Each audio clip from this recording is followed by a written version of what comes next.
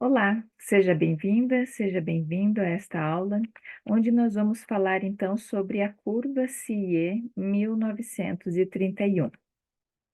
Bom, o que seria então, né, a curva CIE 1931? Na verdade, ela foi desenvolvida, né, no ano de 1931, ela foi criada pela Comissão Internacional de Iluminação, CIE, né, e por isso recebe então, esta curva recebe então o nome de CIE 1931. Então, o espaço de cor CIE 1931 foi criado pela Comissão Internacional de Iluminação neste mesmo ano. Eles resultaram de uma série de experimentos feitos no final da década de 1920 por esses dois pesquisadores, tá? Qual foi a ideia para que eles começassem a desenvolver essa curva? Eles pegaram, então, o que até então a gente já conhecia, né, da representação gráfica do espectro solar, né, o espectro da luz, tá? Só que era naquela composição linear que a gente conhecia até então, e eles planificaram ela, né. De que forma eles planificaram? É como se eles pegassem esta ponta aqui e esticassem para cima, né, que pegassem então esta ponta, que estaria aqui, né, e esticaram para cima. E juntaram essas 2 extremidades aqui, por meio desta linha. Então agora a gente consegue ter uma representação gráfica, tá, num eixo X, perdão, num eixo Y e num eixo X. Então, em qualquer ponto que eu coloque o meu cursor, eu vou ter um endereço. Eu vou ter o quê? Uma informação no eixo Y e eu vou ter uma informação no eixo X, aqui na parte de baixo. Então, aqui a gente consegue ter essas percepções iniciais das quantidades de cores que o espectro de luz nos permite, tá? Bom, dando continuidade, a gente tem então o quê? Que os espaços de cor C e E 1931 foram os primeiros elos quantitativos definidos entre distribuições de comprimentos de onda no espectro visível, eletromagnético e cores fisiológicas percebidas na visão de cor humana, né? Então, eles foram os primeiros. De lá para cá, tiveram outros estudos e outras curvas. É que essa eu considero importante porque foi a que despertou esse conhecimento e que começou a trazer as respostas, as primeiras perguntas que iriam surgindo naquela época, né? Que estavam surgindo naquela época, tá? Então, vamos olhar aqui para essas informações. Então, a curva de contorno delimita todas as matizes perceptíveis pelo olho humano normal. Então, esta curva, tá? O contorno delimita todas essas cores, ok? Que o olho humano poderia ser capaz de perceber, tá? A curva em forma de ferradura contém as cores do espectro, né? Como eu disse, porque ela faz lembrar uma ferradura, né? Então, aquele espectro linear, a gente agora começou a ter, então, uma planificação, né? Diferente, relembrando num eixo X e num eixo Y, tá? A linha reta abaixo é chamada de tons púrpuros, essa linha reta aqui de baixo. E o que que seria esses tons púrpuros? Nada mais é do que o termo, né, púrpuro ou roxo, atribui-se a um leque de tons entre o vermelho e o azul, tá? Ok. Então, para que se tenha uma percepção de uma determinada cor T, olha a cor T aqui acontecendo a título de exemplo, tá? Várias podem ser as combinações de comprimentos de onda de luz possíveis. Então, vejam, para que eu consiga criar esta cor que tem o nome de T, só para a título de exemplo, né? Ela pode ser composta de 3 outras formas, aqui como referência, até poderia ser mais, mas aqui a gente está dando como exemplo 3. Então, para que eu possa formar esta cor T, eu poderia utilizar os pares JH. Então, JH. Então, eu pegaria esta proporção deste ponto J com esta proporção deste ponto H e eu teria esse resultado.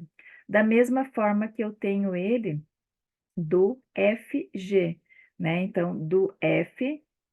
Então, eu pego esta proporção do F e misturo, adiciono ou eu dimerizo com esta proporção do G. Assim como a DC, né? Esta proporção do ponto D com esta proporção do ponto C, eu também conseguiria formar essa mesma cor T, tá? Então, elas podem produzi-la se combinadas em proporções adequadas, né? Então, vejam que interessante é, né? Esta cor, ela pode ser feita de mais de uma forma de composição, tá? Certo. Então, qualquer ponto dentro de uma curva representa um único matiz percebido. Então, qualquer cor é um único matiz. Por quê? Porque ela tem uma informação em X e ela tem uma informação em Y. Porém, há muitas combinações que podem produzir este mesmo matiz aqui, como a gente viu com esta matiz T, né? Essas diversas possibilidades aqui, conforme as proporções de chegar a esse matiz, tá? Certo. Então, vamos lá.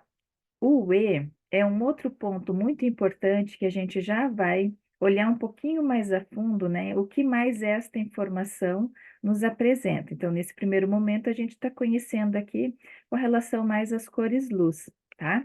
Depois a gente vai ver um ponto muito importante, muito legal, do que esse mesmo gráfico começou a nos apresentar, tá? Então, o ponto E, que é este ponto aqui, é o ponto acromático, ou seja, sem cor, né? Sem cor porque ele seria a união de todas elas, ou seja, a luz branca, né? Dentro do espectro da luz, tá? Bom, A, B, que seria esse trecho de A a B, né? Ou qualquer par de pontos cuja linha de ponto, né? Que essa proporção com essa proporção me dá esse resultado, né?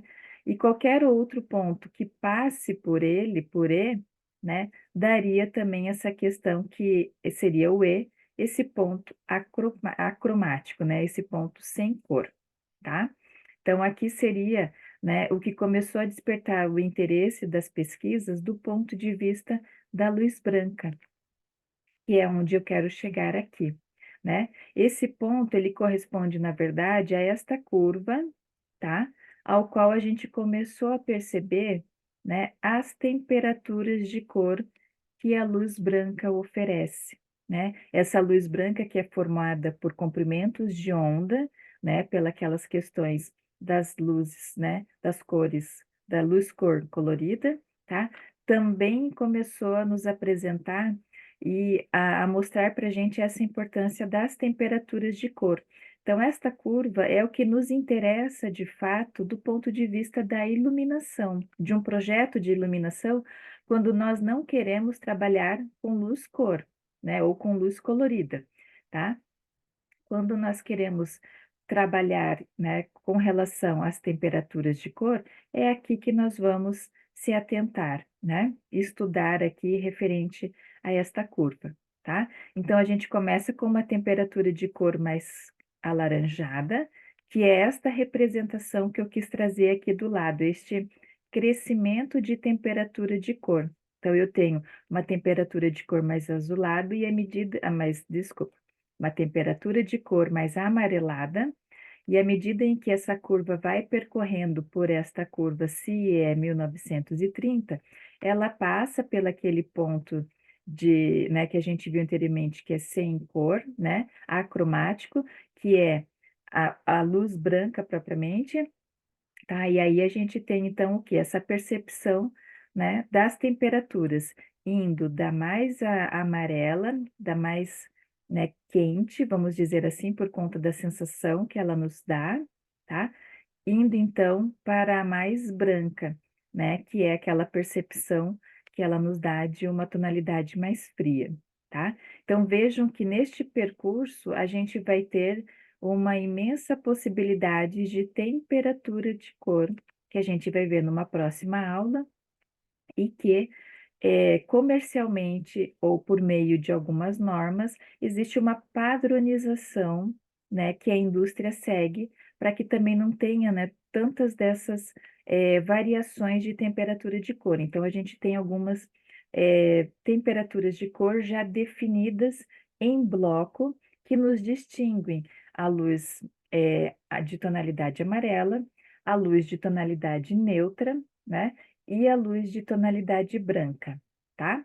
Então, no que corresponde às informações sobre a curva CIE 1931, a gente viu que ela nos apresenta todas essas possibilidades de cor na luz, né, de luz colorida, da mesma forma que ela também nos apresenta as questões e as possibilidades de temperatura de cor, né, que nós temos por conta ali desse espectro, né, da radiação da luz, tá joia? Bom, espero que tenha ajudado essas informações para que você pudesse conhecer um pouquinho mais sobre esses conceitos básicos referente à luz, referente à cor, e agora a gente começou a olhar um pouquinho sobre a questão da temperatura de cor, né, que a gente vai ver numa aula específica sobre temperatura de cor. Agradeço a sua atenção e nos vemos na próxima aula. Um abraço.